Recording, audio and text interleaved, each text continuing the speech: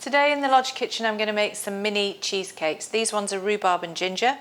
I'm doing that because we grow rhubarb in the garden and there was some that I wanted to use up, so I'm going to make that. You can make it with anything else that you might like. There's white chocolate and raspberry, you can do lemon and strawberry, vanilla, whatever takes your fancy really you can make. But essentially the basic cheesecake recipe stays the same. For this one I'm going to use crushed digestive biscuits with butter as a base, and then the topping has cream cheese, normally sour cream, but I'm going to use creme fraiche because I haven't got any sour cream. A little bit of stem ginger, some egg, flour, sugar in this one.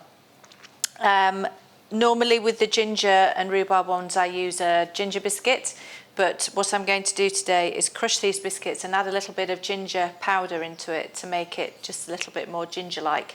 But you can get ginger biscuits from the supermarket, or the really nice ones are the Lottie Shaw ginger parkin biscuits. I've got here about 200 grams of rhubarb. Now this is rhubarb from my garden, so it's not as sweet as the forced rhubarb that you get, the Yorkshire rhubarb that comes earlier in the season, so I might use just a little bit more sugar when doing this. Now when I say 200 grams, I don't mean 200 grams with all the leaves on and things at the end, so you need to trim the rhubarb.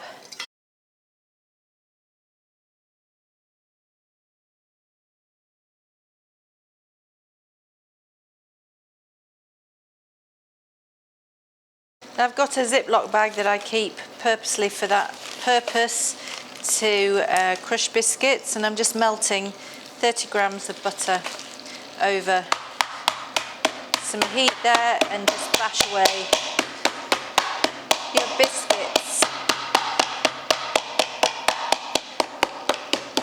to form the base. Hobnobs make really good bases as well. You can use whatever you like. So make sure that butter's all melted, and then in go the biscuits into your butter. Keep your bag for future use, don't waste it. I'm just going to add about half a teaspoon of ginger powder in there and then stir that all together. So really in these times at the moment you can adapt your recipes to suit whatever it is that you're making without having to go out and buy special ingredients. So if you haven't got ginger biscuits, just pop a little bit of dried ginger in there and it'll give you a gingery flavour. Not too much though, otherwise you don't want to overpower it. And then I'm just going to divide that biscuit base between these 4 tins or 4 cups and press it right down so that it's really solid at the bottom. These are then going to go into an oven. I've got the oven set at 140 degrees fan, and they're going to go in for roughly 15 minutes just to cook those bases out a little bit. So then just press those right down and flatten them out as much as you can. It's a little bit tricky with the high sides of these, but they do make it easier when you come to eating them, just to peel the muffin cases off. Make a good solid base for your cheesecake mixture. Get it all pressed down, and then, like I say, those go into the oven for 15 minutes just to bake, not at a very high temperature. It's 140, so it's quite gentle. If you need to get your fingers in, do that as well, just to get it all pressed down. And then into the oven they go. So whilst the biscuit bases are cooking, I'm going to make the filling for the cheesecakes. So I've got in here 100 grams of full-fat cream cheese and 60 grams of caster sugar. Sometimes I add a bit of golden caster sugar to it, but it can make it go a little bit of a sort of beigey colour. It doesn't look quite so nice. So ordinary caster sugar in there, and you just mix those two together. The secret of making cheesecake is not to overmix it. You don't want to get too much air into it, otherwise that's when it starts to crack. So just gently mix those together. Then you're going to add into that about a tablespoon of, I'm using creme fraiche, but you can use sour cream. 2 teaspoons of flour. If you just level them off like that, and an egg. Whole lot goes in. Also going to go into there is half a piece of stem ginger. Now the other half I'm going to add to my rhubarb and a bit of orange to make the topping for these cheesecakes, but this I'm just going to cut that, just finely dice it up, and that's going to go in to this mixture as well to give it a little bit more ginger flavour.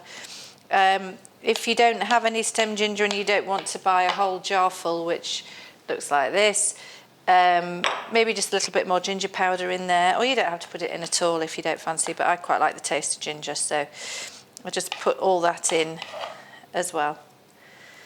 So in that goes, and then just really gently mix that together until it all amalgamates and comes together, and that is very simply your cheesecake mixture. These have now had 15 minutes in the oven, so they're nicely set on the bottom, and then you can divide your cheesecake mixture between the 4 muffin cases now. So I'll just pour a little bit of that in to each one. This recipe was given to me by a friend, Elaine, who loved a sweet treat. Now she's very good, she doesn't do carbs, unlike us here. But I swap a lot of recipes with Elaine, so this is basically down to her, and I've switched and adapted it according to what I have available at the time. So I'll just scrape out the last bits out of here, and then these go into the oven, same temperature, 140 degrees for 15 minutes, and then we'll take it out after 15 minutes. See if they still should have a little bit of a wobble in them, and then you leave them sitting in the oven for another 30 minutes just to let them cool down slowly, and then we will get them out, and then they need to go in the fridge for 2 hours just to set.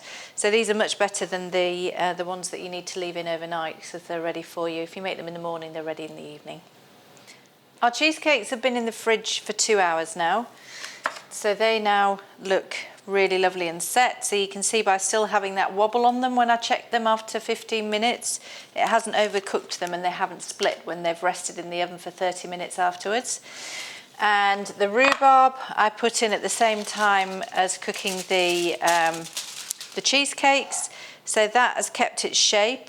So what I'm going to do is just carefully tip all this rhubarb into this sieve and gather up the juices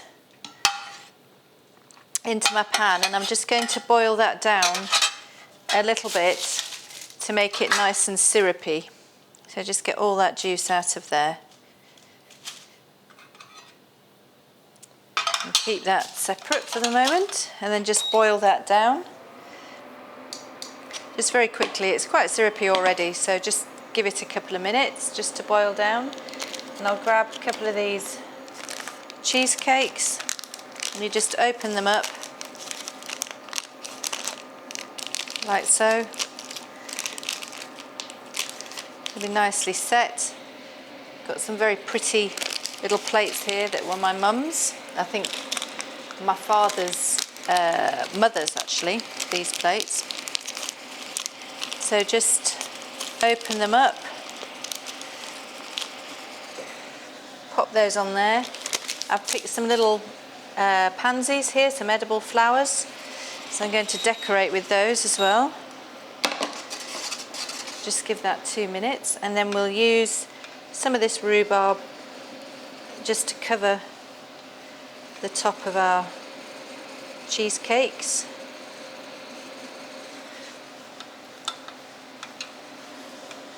Obviously I've got nice clean hands, I'm not doing this with dirty hands. You'll have plenty of rhubarb left over too for other things if you want. Just pile some on top.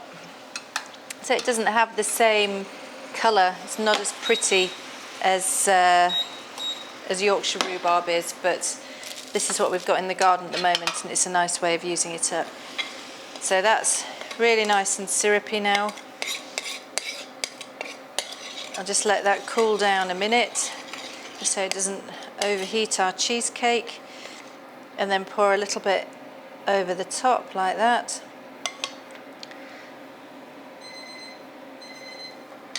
That's something ready. And we'll just decorate it with a couple of little flowers, like so. So there are, on time, your cheesecakes with rhubarb and ginger compote.